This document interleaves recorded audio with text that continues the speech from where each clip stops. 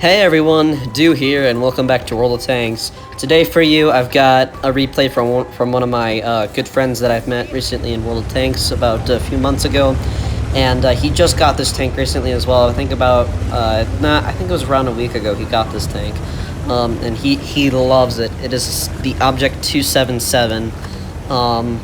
Definitely, it is arguably. Oh my gosh, excuse me for my poor speech. It is arguably one of the best heavy tanks in the game. It's meta, if you know what I mean. Anyway, if you guys remember back ago, if you saw QuickyBaby's video about him reviewing a guy of most kills 2020, you know that he complimented the Renegade. Renegade rams themselves to death on Vartert as well, and the E100 misses Vartert, which means that Vartert can finish off the E100. Oh my lord, ladies and gentlemen. I think you might be seeing why this is going to be the highest kill game of World of Tanks of 2020, brought to you by Captain McStupid in the Renegade. On the enemy team, and he called him Captain McStupid. Well, this is actually him, believe it or not. This is Gman Tanker himself. He's become a very good player, and I can speak for him, and many other people can as well. But I've been learning a lot of stuff from him about how to play the Borask, the EBR 105, stuff like that, and it's honestly helped, and a few other people have helped me as well, which was very kind of them, and it's really helped me kind of see through the game a little bit differently, and it's amazing of how well these strategies work.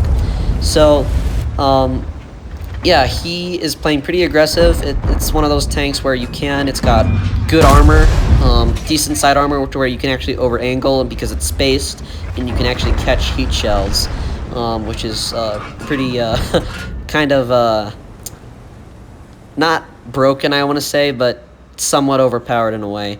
The turret armor as well is really good. It's pretty angled pretty well. I don't know how thick it is. I know it's at least around 260 plus millimeters of armor. I don't know. I'll have to look at the armor profile, but yeah, he's just trying his best to farm some damage. He gets very unlucky there on that shot, and as well as a few other shots as well that you'll see. He misses like 5 other shots because of RNG. And actually, this is probably the biggest heartbreaker that I've seen on someone that I've ever done a replay on, as a matter of fact. I couldn't believe my eyes when I saw the end of this replay. I mean, I would have been out of my seat screaming, like, oh, it is so close. But nevertheless, he still does a fantastic job. He is trying to kind of reverse side script a little bit. He's in a position to where he can move up and down. That way he has good elevation. That way he's able to move and get shots on that is necessary. The 277 is pretty much just a little bit more of a premium IS-7, to speak. I don't know the exact differences between the two. I believe that the 277 has a stronger turret or a stronger hold in the IS-7, and the turret's weaker or stronger. It's something like that. And that was lovely. That was a lovely shot there on that T95. I don't think he's happy about that, but I'm, for one, ever since Gman got the 277, it has convinced me to try to grind for it myself, which I'm actually doing. I just got the IS-3, which is stock, which is literally the worst tier 8 in the whole game when it's stock. I mean, it is just... I played, gosh, 2-3 games in it, and it is so painful. I'm just playing premium tanks, trying to grind credits and trying to grind free XP as well, because it is just beyond painful, and it's you really can't play it at all. You just can't. It's awful. But the T10, which is the tier 9 tank, it's pretty good, fully upgraded too. Stock, it's not exactly the greatest, but it's better than the IS-3 when it's stock. Tier for tier wise, anyway. The T10, it's kind of like a mix of an IS-5 and an IS-8, if you guys see them, for you Blitz players out there.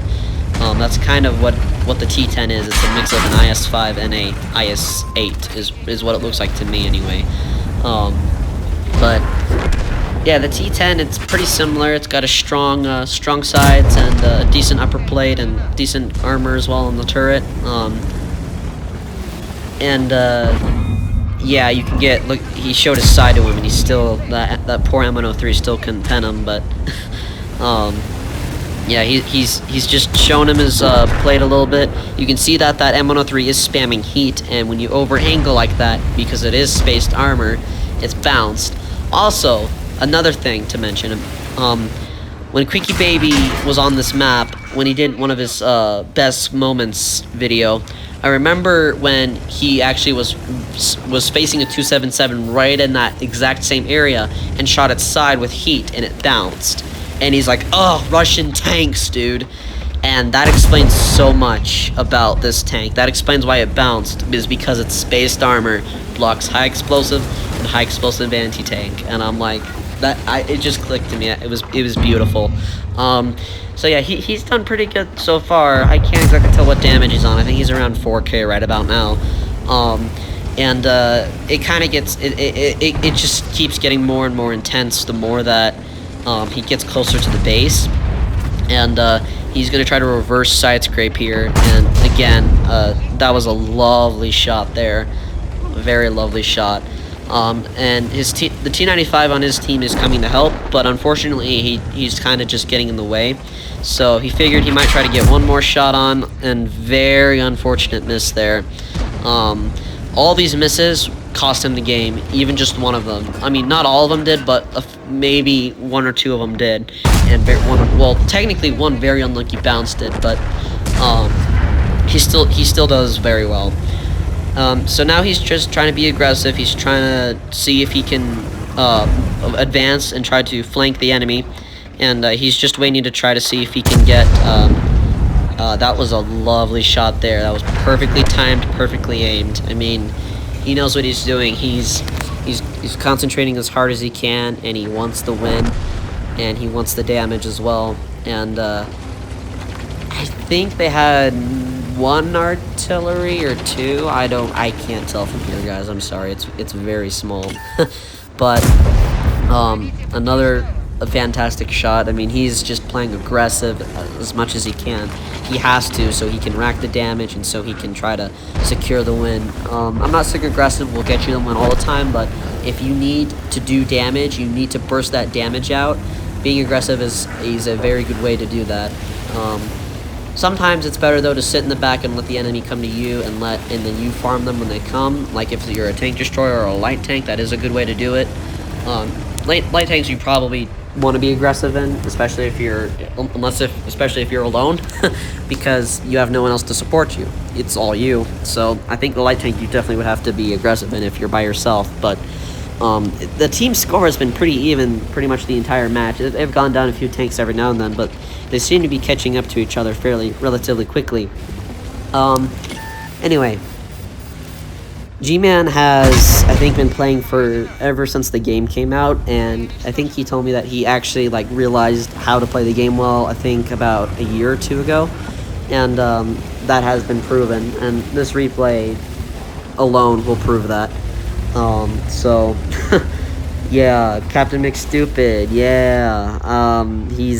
I wouldn't say he's a captain of the stupid, but he is definitely not he's not the best player in the world, but he is probably, I'd say, in the top 80-90% for sure. It wouldn't surprise me at all. He's been getting ace tankers on this tank quite often, especially in the Drats, EBR, you name it. He's kind of just been pretty knowledgeable about these tanks. Excuse me. And the 140 as well, I know. Very knowledgeable. I've actually been playing the T62A a lot recently too, which is basically just a worse 140. And I'm really starting to enjoy it, actually. It's fun to play, you know. You just have to be careful because of the soft because of the soft armor on the sides, of course, on the hull. But you know, just these kind of tanks, I can see why people like mediums and these heavies like that. The 277 is definitely a very, very good tank.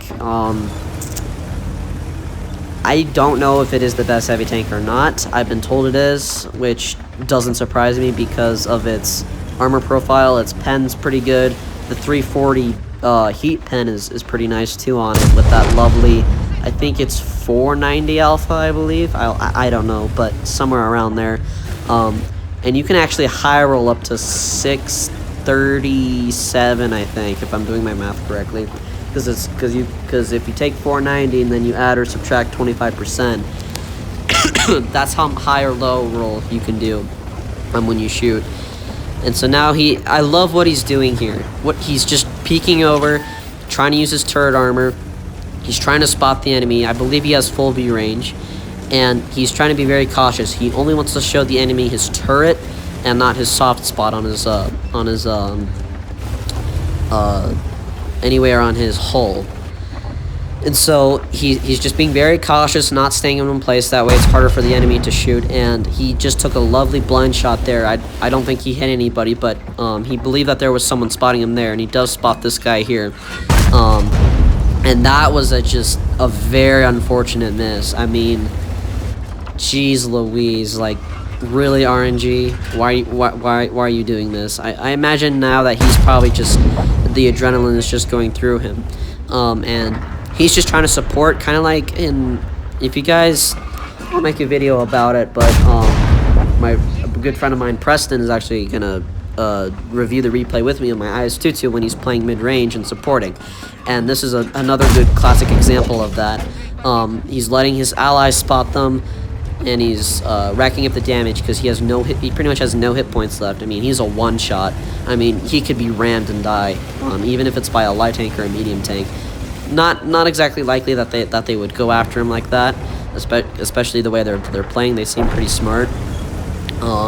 And again, he's using the hill and the gun depression of the tank to his advantage with the turret armor, and I love that he's doing that.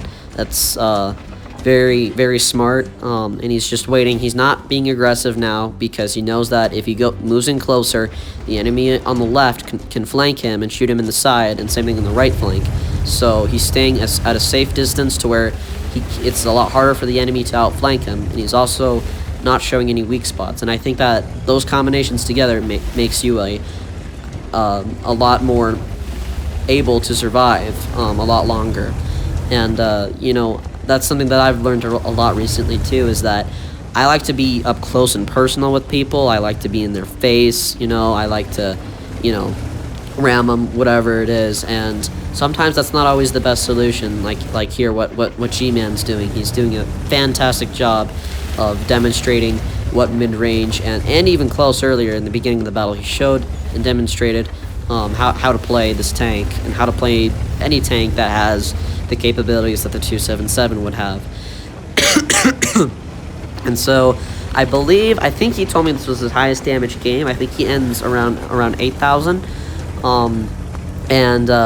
This Scorpion G here is not very smart. I mean, that was a very unfortunate shot as well. It's just RNG for you. But look at this. So yeah, his ally shoots the Scorp G, and the Scorp G must not realize he has a fast reload because, yeah, goodbye, Scorpion G. That G-Sor is gonna just... He is just... Ugh. I felt so bad for G-Man. I mean, gosh, like I said earlier, I would be jumping and screaming out of my chair. I mean, geez, like, this just... It is such a heartbreak. Probably one of the worst ones I've seen in a while. Besides the one in my IS-2M that I did myself, but I think this one's even worse because he had high damage and stuff like that. And look at this. Here it is.